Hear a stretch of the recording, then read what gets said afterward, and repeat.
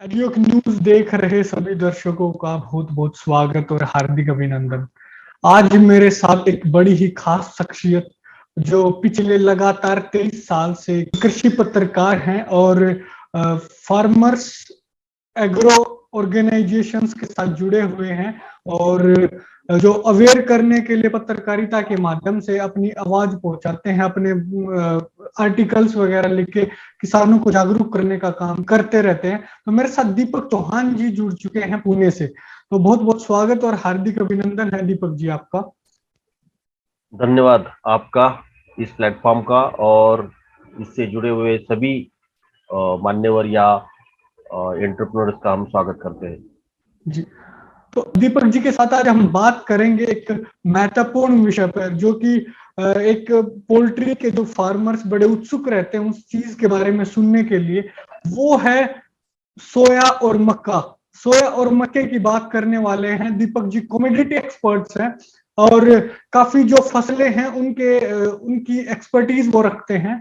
तो बेसिकली सोया और मक्का पे हम हमारा आज फोकस रहेगा, तो उसी के बारे में हम दीपक जी से बात करेंगे। तो दीपक जी, सबसे पहले तो जानना चाहूंगा मक्के और सोया के बारे में कि मक्के का और सोया का आप कैसे देखते हैं, कितना प्रोडक्शन इंडिया में है, क्या सरप्लस प्रोडक्शन कर पाते हैं हम या नहीं कर पाते। तो क्या क्या कैसे देखते हैं, एक बार दर्शकों को थोड़ा विस्तार से बताइए। जी, मक्का चूंकि हमारा एक प्रमुख क्रॉप है जो खरीफ, रबी और जायद ऐसे तीनों सीजन में लिया जाता है। अभी गुलाब बाग बिहार से अराइवल चालू है और कन्नौज यूपी से भी अराइवल धीरे धीरे शुरू होगा। तो मक्का ये धीरे धीरे हमने देखा पिछले 20 सालों में एक इंडस्ट्रियल कमोडिटी के तौर पर मक्का स्थापित हुआ। और आज की डेट में मक्का, मैं इसको 3F ऐसा कहता हूँ कि 3F मतलब फीड, फूड और फ्यूल, इन तीन चीजों के लिए कंज्यूम विश्व भर में हो रहा है। जहां तक भारत का सवाल है, भारत में हमारे यहाँ हमारे देश में पोल्ट्री, स्टार्च और मतलब कैटल, पोल्ट्री और कैटल फीड और स्टार्च, ये प्रमुख मक्के के इंडस्ट्रियल कंज्यूमर्स है। तो हमारे देश में जितना मक्का उगाया जाता है, मतलब हमारे देश में जितना डिमांड है मक्के का, माफ कीजिए, जितना डिमांड है उस डिमांड में पोल्ट्री और कैटल फीड मिला के लगभग 60% और स्टार्च 15 से 20% और 10-15% फूड में जाता है। और बाकी अगर इससे ज्यादा सरप्लस रहता है तो वो हम एक्सपोर्ट करते हैं। तो पिछले आर्थिक वर्ष में 37 लाख टन का लगभग एक्सपोर्ट होगा लगभग। और इस मार्केटिंग ईयर में भी हमारा एक्सपोर्ट ये 30 लाख टन के ऊपर रहेगा। तो जैसे आपने पूछा कि मक्का हमारे पास एक्सपोर्टेबल सरप्लस कब आता है, जब हमारा प्रोडक्शन हमारे डिमांड के अनुपात में बढ़ता है। जहां तक आंकड़ों का सवाल है कि हम देखते हैं कि जो हमारा मिनिस्ट्री ऑफ एग्रीकल्चर ने जो आंकड़े जारी किए, उससे लगभग हमारे यहाँ 3 करोड़ टन का, 300 लाख टन का प्रोडक्शन है। और हमारा जो डिमांड है वो लगभग 250 या 260 लाख टन के बीच में है। तो कहीं ना कहीं हमने एक्सपोर्ट बहुत अच्छा किया। और एक्सपोर्ट, ज्यादा एक्सपोर्ट होने के वजह से फार्मर को आज देख रहे हैं हम सपोर्ट प्राइस, जहां तक नई सपोर्ट प्राइस ये 1962 है, 1962 है। वहां हमारा आज का भाव नए सपोर्ट प्राइस से भी ऊपर है। जो आज हम देख रहे हैं कि 2250 गुलाब बाग हो, यहाँ पर महाराष्ट्र या साउथ इंडिया में 2400 के बीच में प्राइसेस चल रहा है। और इस हालत में भी आपको मैं बताना चाहूंगा कि हमारा एक्सपोर्ट हो रहा है। ये क्यों हो रहा है एक्सपोर्ट हमारा?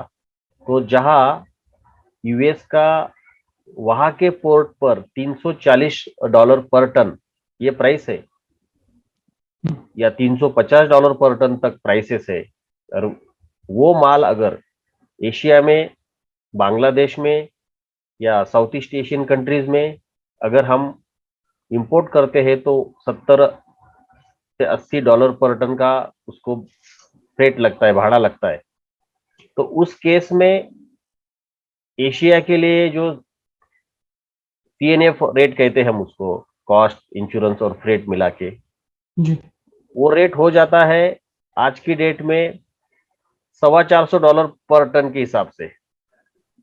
और वहां पर भारत $50 या $40 सस्ता उसका पड़ता, पैरिटी पड़तड़, अभी बांग्लादेश या वियतनाम जैसे हमारे अहम आयातक को अभी हम सस्ते हो रहे हैं। तो मैं ये कहने की कोशिश कर रहा हूं कि बहुत सालों में ऐसा पहली बार हुआ है कि इंटरनेशनल प्राइसेस ऊपर और हम नीचे है, और हम नीचे होने के बावजूद भी MSP के ऊपर है। तो ये चीज ये दर्शाती है कि क्या हो रहा है विश्व में क्या, ये क्यों हुआ। इसका रीजन हाल फिलहाल में है जियोपॉलिटिकल। जैसे यूक्रेन और रशिया में जो संघर्ष हुआ, जो यूक्रेन सबसे मतलब अहम एक एक्सपोर्टर है अमेरिका ब्राजील के बाद, तो वहां का माल, वहां पर जो आवक जावक है वो मतलब डिसरप्ट हो गई, और उसके कारण थोड़ी हवा मिली। जो पहले से हमारा ग्लोबल बैलेंस शीट है मक्के का, 120 करोड़ टन मक्के का उत्पादन होता है, जी और वहां पर डिमांड अगर आज आकी जाए तो 118 करोड़ टन उत्पादन है, प्रोडक्शन है विश्व का, और हमारा डिमांड उससे 2 करोड़ टन ज्यादा है। तो विश्व में प्रोडक्शन के मुकाबले डिमांड ज्यादा होने से कैरी ओवर स्टॉक्स कम होते हैं, और जैसे ही किसी भी कमोडिटी के कैरी ओवर स्टॉक्स कम होते हैं तो उसके भाव बढ़ने लगते हैं। यही चीज भारत में अब हो रही है कि हम आने वाले ऑफ सीजन में अक्टूबर और सितंबर में हमारे पास लगभग नील या जीरो कैरी ओवर स्टॉक के टेरिटरी में हम जा रहे हैं। क्यों? हम एक्सपोर्ट कर रहे हैं अभी, और हमारा कंजम्पशन मंथली 20 लाख टन है। पोल्ट्री है, स्टार्च है, कैटल फीड है, अभी अभी तो इथेनॉल वाले भी आ गए हैं, हालांकि उनका प्रतिशत बहुत कम है भारत में। लेकिन अगर अमेरिका में हम देखें तो अमेरिका में जो उत्पादन होता है मक्के का, उसमें से 30% इथेनॉल में कन्वर्ट होता है, और पूरे विश्व में जो ग्रेन्स उत्पादित होता है उसमें से 10% ये बायो इथेनॉल में कन्वर्जन होता है। जैसे ही क्रूड ऑयल का भाव $100 पर बैरल के ऊपर चला गया, वैसे ही मक्के का इथेनॉल के लिए जो पैरिटी है वो अच्छा बैठने लगा है।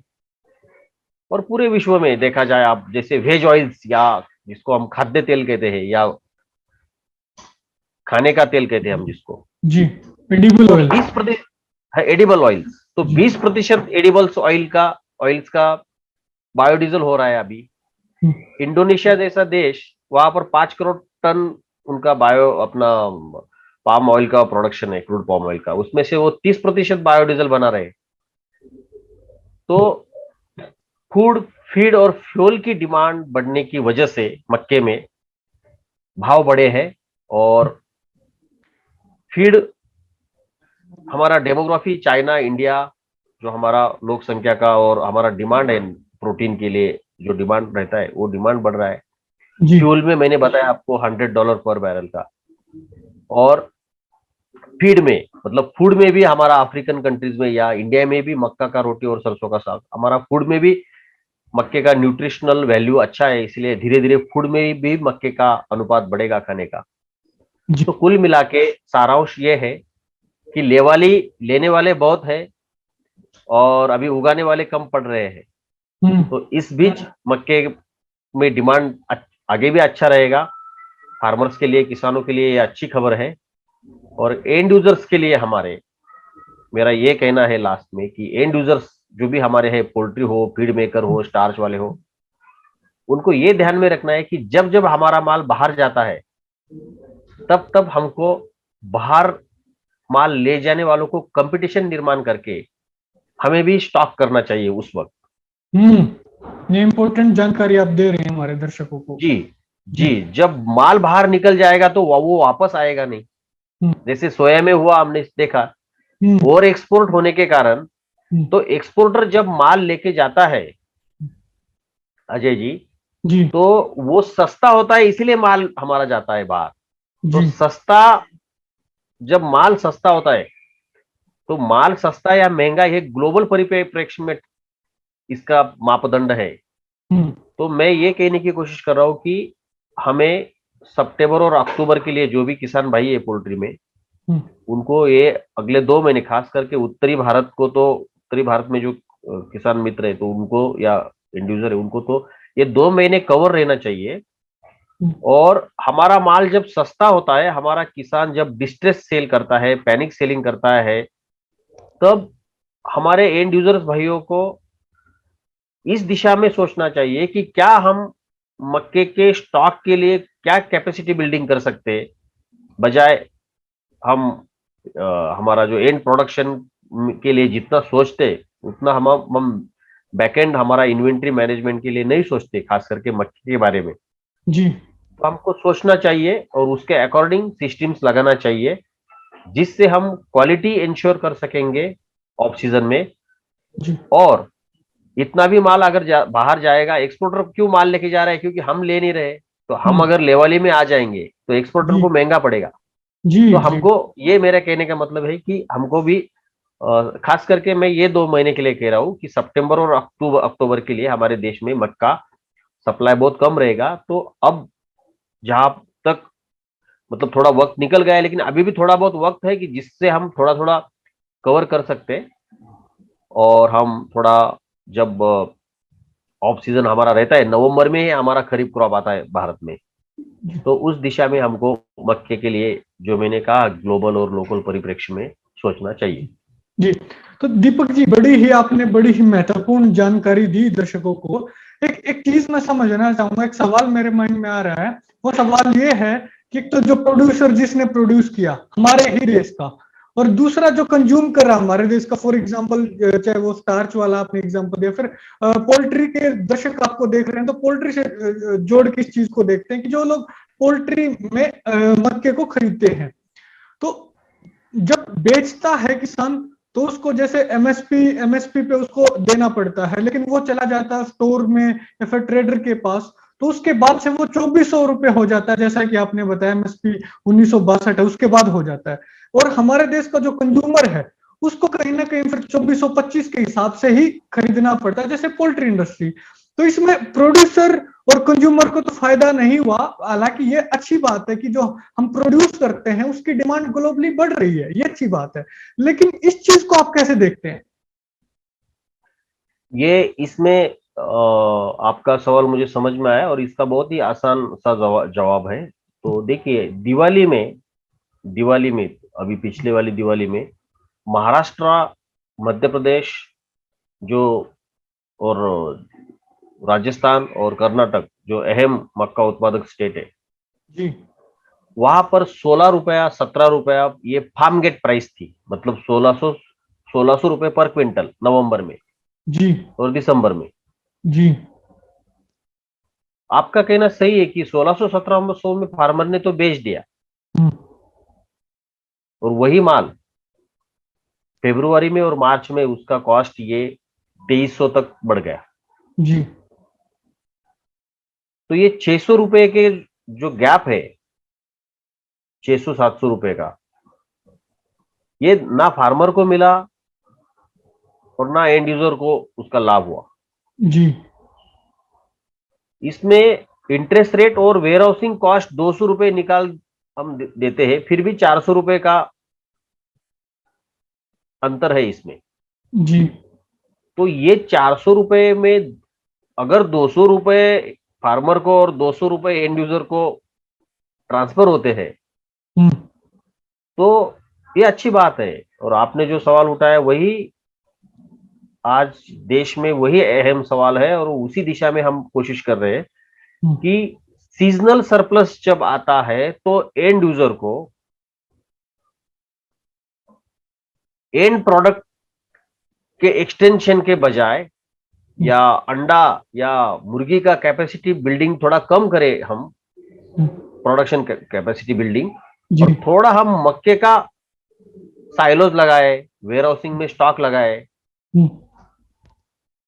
आज अंडा में देखा आपने कितना मंदी चल रहा है जी। तो अंडा में मंदी क्यों चला? क्योंकि 2 साल में जो हमने प्रोडक्शन बढ़ाया, कैपेसिटी बिल्डिंग की, उस अनुपात में जो प्रोडक्शन हुआ, और उस केस में तो डिमांड निकल के नहीं आया। तो मेरा ये कहना है कि एंड यूजर को डायरेक्टली किसान, फार्मर प्रोड्यूसर कंपनीज के माध्यम से सभी एंड यूजर्स को ये जो क्रेडिट का और उधारी का दुष्ट चक्र है जी, उससे बाहर निकलकर और थोड़ा प्रोडक्शन में कटौती कर वो पैसा मक्के में लगाना चाहिए। जब जब मक्का आधार भाव के या एमएसपी के नीचे होता है, तो जैसे ही एंड यूजर खरीद में आ जाएगा स्टॉक के लिए, तो स्टॉकिस्ट को भी कंपटीशन तैयार होगी जी, फार्मर को ऊंचा भाव मिलेगा जी, और कहीं ना कहीं ऑफ सीजन में जब प्राइसेस बढ़ता है तब एंड यूजर्स को उसके बैलेंस शीट पर वो बढ़ी हुई प्राइसेस का निगेटिव इफेक्ट नहीं पड़ेगा। हमारे यहाँ मार्च और फरवरी, मतलब संक्रांत से होली, ये ऑफ सीजन रहता है रबी के हिसाब से, क्योंकि हम बहुत ज्यादा जल्दी कंज्यूम करते हैं खरीफ क्रॉप आजकल। जैसे ही क्रॉप आता है वैसे ही कोई एक्सपोर्टर लेके जाता है, स्टॉकिस्ट लेके जाता है, क्रॉप बचता नहीं इंडिया में। और दूसरी छमाई जब हमारे हाथ में हमारे नॉर्थ इंडिया का क्रॉप आता है, बिहार का, उत्तर प्रदेश का, to some extent Jammu Kashmir, Haryana, Punjab के हमारे भाई, सभी का जो क्रॉप आता है रबी का, तो वो क्रॉप भी हमको एंड यूजर्स को स्टॉक करना है, लेना है। जब जब सस्ता होता है, सस्ता है तो एंड यूजर को लेना है, ये मेरा कहना है। पिछले साल में हमने 1200-1300 में हमारे किसान भाई ने माल बेचा। तो मक्का ये सोने जैसा कमोडिटी है। और आपके सवाल का यही आंसर है, इससे दूसरा आंसर नहीं है। स्टॉकिस्ट लेगा तो वो पैसा कमाएगा, उसका कोई दोष नहीं। स्टॉकिस्ट मार्केट में क्यों आता है? सीजनल सरप्लस होता है, हर महीने हम 20 लाख टन डिमांड है हमारी, और सीजन में अगर 40 लाख टन आ जावे एक मंथ में, तो स्टॉकिस्ट का तो आधार मार्केट को रहता ही है। स्टॉक करना कोई बुरी बात नहीं है जी, क्योंकि वो मार्केट में आकर एक्सेस अराइवल को जी, एक वे होता है और उसके कारण प्राइसेस को सपोर्ट मिलता है। जी, तो हर एक की जरूरत है मार्केट को, लेकिन हर एक को यह सोचना है कि हमें क्या करना है किस वक्त। तो ये आपका, और फार्मर के, और लास्ट पॉइंट, फार्मर को भी मैं एक उदाहरण दूंगा। हमारे यहाँ महाराष्ट्र में 70% फार्मर ऐसे हैं वो कभी भी सीजन में पैनिक सेलिंग नहीं करते,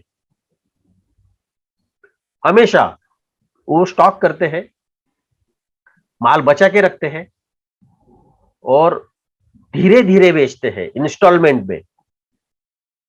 तो एवरेज आउट करते हैं साल भर का बिक्री। अगर मेरे पास मान लीजिए 200 क्विंटल मक्का है, तो मैं 6-8 महीने में वो 5 किस्त में बेचूंगा या 6 किस्तों में, तो उसका एवरेज मुझे अच्छा आता है।